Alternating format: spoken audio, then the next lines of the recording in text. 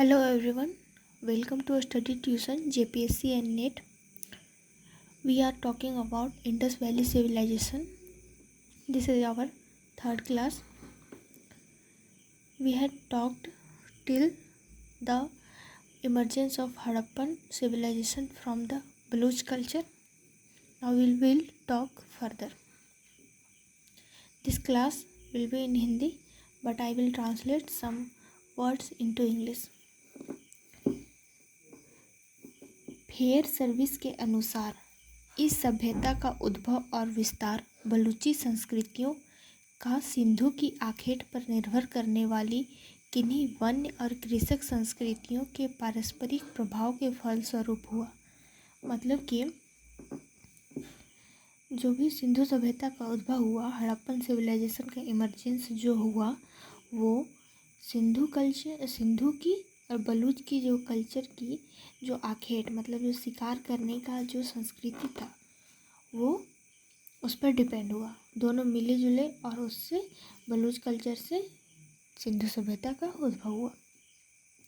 इस संदर्भ में यह उल्लेखनीय है कि बहुत पहले वेटरसन ने यह मत व्यक्त किया कि वेटरसन इज द अनदर हिस्टोरियन कि सुक्कर और रोहरी की पाषाण कर्मशाला लगभग सिंधु सभ्यता के प्रारंभिक काल की है। ठीक है, this are two side, Sukkur and Rohri. वहाँ की जो पाषाण कर्मशाला मतलब कि जो भी पत्थर के जो भी औजार बनते थे वो सिंधु सभ्यता के अर्ली पीरियड के हैं। Details is the another historian who says that इस क्षेत्रीय संस्कृति से सिंधु सभ्यता का विकास हुआ है।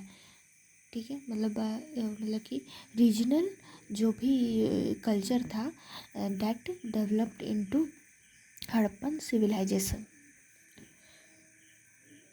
धर्म इसका प्रमुख आधार था, जिसके कारण इस संस्कृति के नगरीकरण की दिशा में तीव्र विकास हुआ। कालांतर में इसी अत्यधिक धार्मिकता के कारण इन्हें गत्यावरोध भी हुआ। डैट मीन्स कि जो भी हड़प्पन सिविलाइजेशन की जो मेन फैक्टर था, जैसे उनकी जो टाउनशिप थी, टाउन कल्चर था, अर्बनाइजेशन जो था, that was emerged from the religion. उनका कोई ऐसा एडमिनिस्ट्रेटिव अप्रोच नहीं था कि वो एक टाउन को डेवलप करे और अर्बन सिटी के रूप में डेवलप हो। ये जो उनका अप्रोच था वो रिलीजिस्टिक था, और आगे चलकर यही जो उनका जो रिलीजन हुआ और रिलीजन के बेसिस पर जो अर्बनाइजेशन हुआ, वही इनके रोकने का एक कारण हुआ, गत्यावरोध हुआ। मतलब कि उनके जो डेवलपमेंट में जो है वो बाधा उत्पन्न हुआ। पर्वतीय क्षेत्र में लोग उत्तम भूमि और पर्याप्त जल के लिए सिंधु के मैदान में आए होंगे। पर्वतीय प्रदेश में आर्थिक रूप से उतना निर्भर नहीं रहा जा सकता है जितना मैदानी प्रदेश में। जनसंख्या और मवेशियों के बढ़ने से शायद पैतृक संपत्ति के बंटवारे से भी परिवार के भरण पोषण के लिए कृषि के लिए उपयुक्त भूमि की कमी आई होगी। मतलब जैसे जैसे पॉपुलेशन में डेवलपमेंट हुआ होगा और वो एक्सपेंड हुए होंगे, वैसे वैसे उनकी जो नेसेसिटी थी उन्हें वो भी इंक्रीज हुई होगी, और वो जो माउंटेनियस रीजन्स थे वहाँ से वो फील्ड में शिफ्ट हो गए होंगे। यह भी हो सकता है कि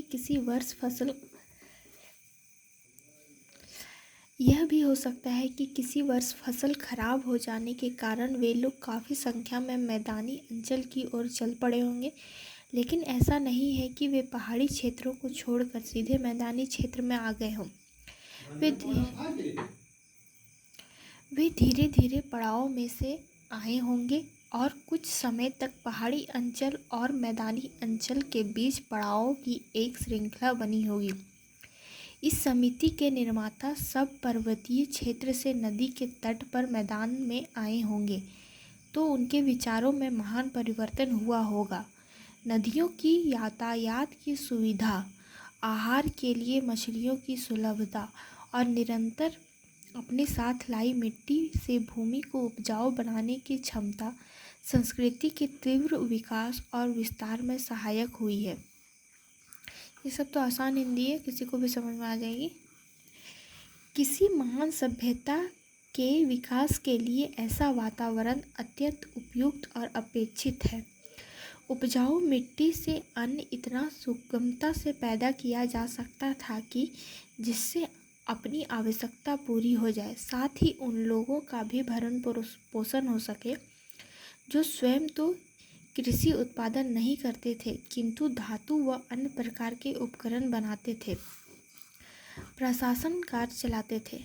जब धातु कर्म करने वाले तथा अन्य धंधा करने वाले बिना स्वयं कृषि किए अपने उपकरणों के बदले पर्याप्त खाद्यान्न प्राप्त करने लगे तो वे कहीं अधिक दत्तचित्ता से कार्य करने लगे। मतलब कि कई दत्तचित्ता मतलब कि परफेक्शन, बहुत ही ज़्यादा परफेक्शन से वो लोग काम करने लगे और विकसित लाभदायक तकनीकों का प्रयोग करने लगे। इन विकसित उपकरणों से अधिक उत्पादन होने लगा।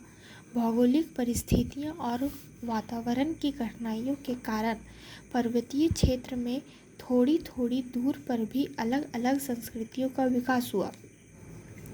मतलब कि बीच बीच में ये पहाड़ आ जाते थे जिसकी वजह से कनेक्टिविटी नहीं बन पाती थी। इसी कारण थोड़ी थोड़ी दूर में ही एक अलग अलग सिविलाइजेशन का उदय हुआ। लेकिन किंतु मैदानी क्षेत्र में तीव्र गति से विकास और विस्तार की पूरी संभावना थी।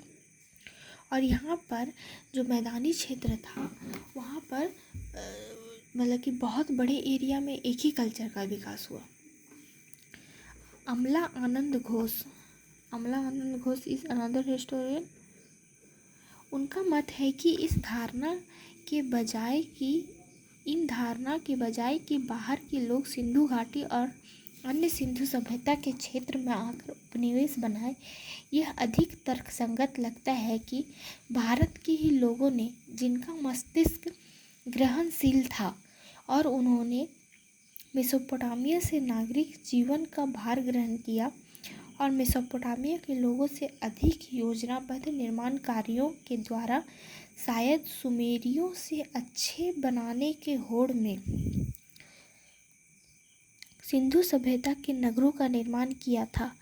संपन्नता के लिए उन्होंने मेसोपोटामिया से व्यापारिक संबंध स्थापित किया और विभिन्न क्षेत्रों में मानकीकरण किया। मतलब कि अल्मानंद घोष का कहना है कि the origin of the Harappan civilisation is itself into India. यहाँ के जो लोग डेवलप हो गए वो लोग ही मतलब मेसोपोटामिया के और बाहर के कल्चर से कंपटीशन की भावना रखते हुए उनसे ज़्यादा डेवलप करने की कोशिश की और इसी चक्कर में हमारा हड़प्पन सिविलाइजेशन का उदय हुआ।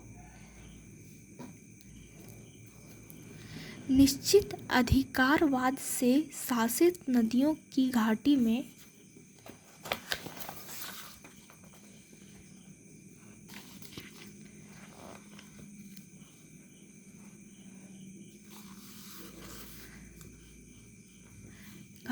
स्थित नगरों का चरमोत्कर्ष होना कोई आश्चर्य की बात नहीं है। उनका कहना है कि सीमित जनसंख्या और एक कुशल बहुमुखी नेतृत्व के द्वारा इस तरह की उपलब्धियां एक दो पीढ़ी में भी हो सकती हैं। इनकी उपलब्धि को देखकर हो सकता है कि उनके अन्य क्षेत्र के लोगों ने भी इस प्रगति की दिशा में उनका अनुसरण किया हो और सिंधु सभ्यता के ग्रामीण स्थलों, जिनकी संख्या इस सभ्यता के नगरों की अपेक्षा कहीं अधिक है, के लोगों के पूर्ववर्ती कृषक समुदाय के ढांचे और उनके बर्तन बनाने आदि की परंपरा को काफ़ी हद तक बनाए रखा होगा और इसके साथ ही नए तत्वों को ग्रहण किया होगा।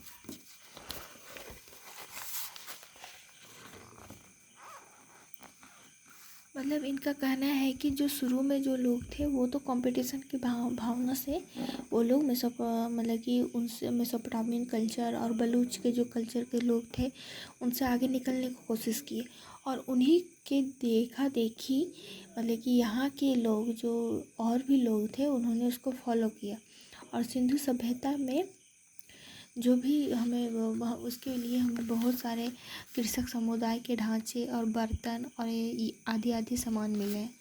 मेसोपोटामिया की प्रेरणा वाले मत के विरुद्ध में, मतलब कि मेसोपोटामिया की प्रेरणा मतलब उसमें कौन कौन से हिस्टोरियन आते हैं, मेसोपोटामिया से ओरिजिन जो मानते हैं, तो वो व्हीलर हो गए, गॉर्डन हो गए, ये सब। इसके मत के विरुद्ध में भी विद्वानों ने प्रभावशाली तर्क दिया है।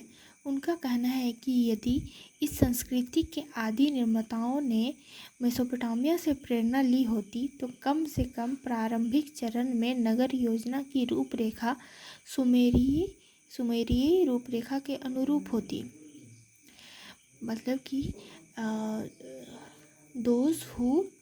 those historian who opposed Wheeler and Gordon Child, they say that कि if the Harappan culture had emerged from the Mesopotamian culture, then the early period of urbanization in the Harappan culture has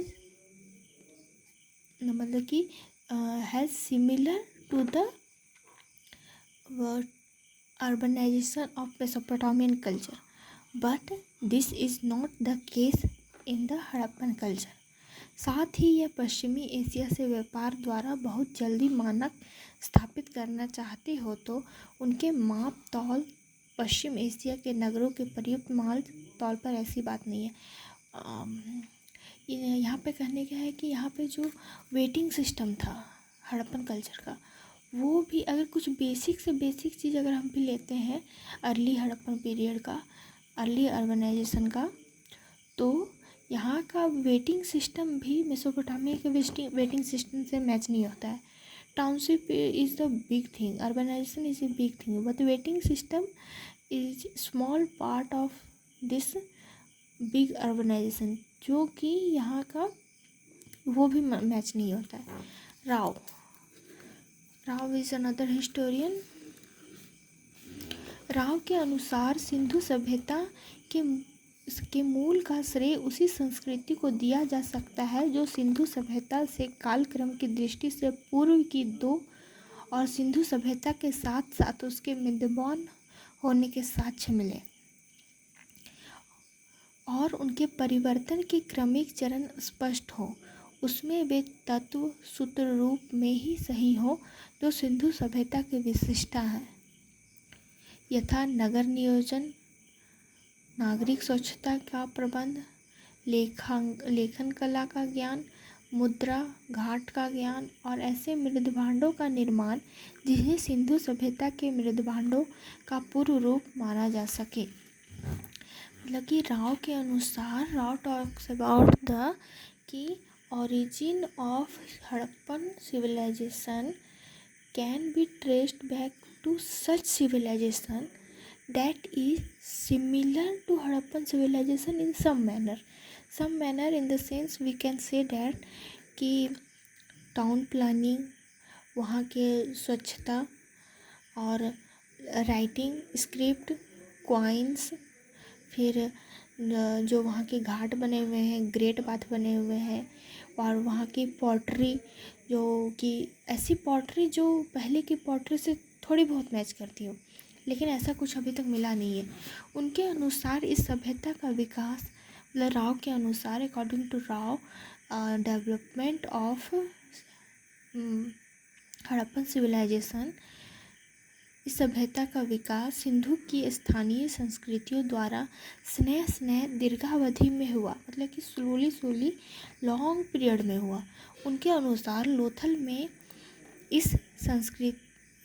में इस बात के साक्ष्य मिलते हैं कि सिंधु संस्कृति के लोगों को ही साधारण संस्कृति से विकसित होने में समय लगा।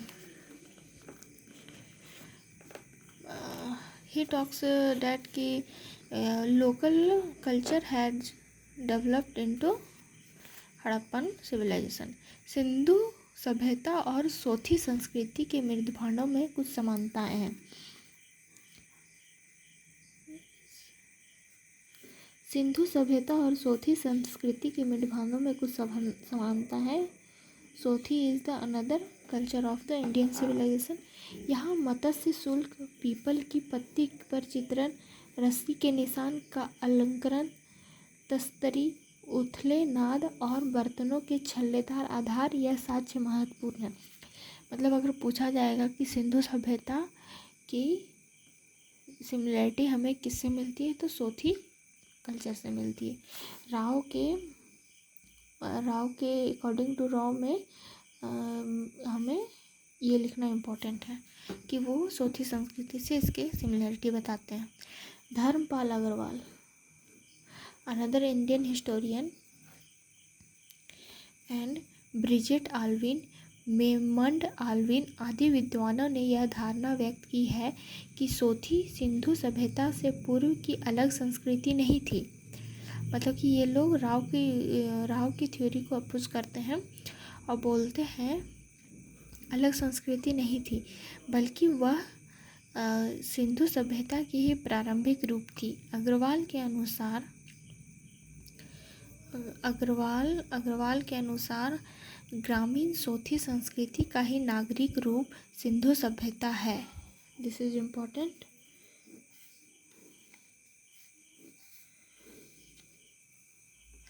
यह ग्रामीण स्वरूप उसके नागरिक रूप के साथ कुछ काल तक समकालीन रहा। सिंधु सभ्यता की ग्रामीण स्थानों में सीधी का प्रभाव अधिक समय तक रहा,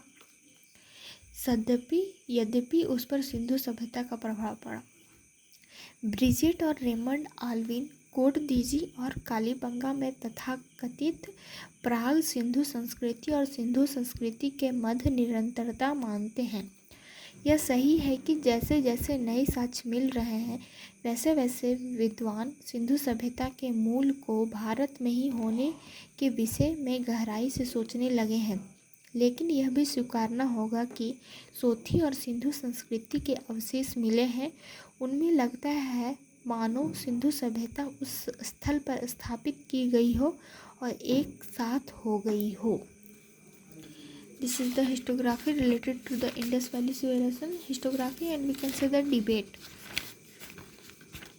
In next class we will take some main features about the Indus Valley Civilization, and we will talk further. Till then, bye, and listen this video carefully. Thank you.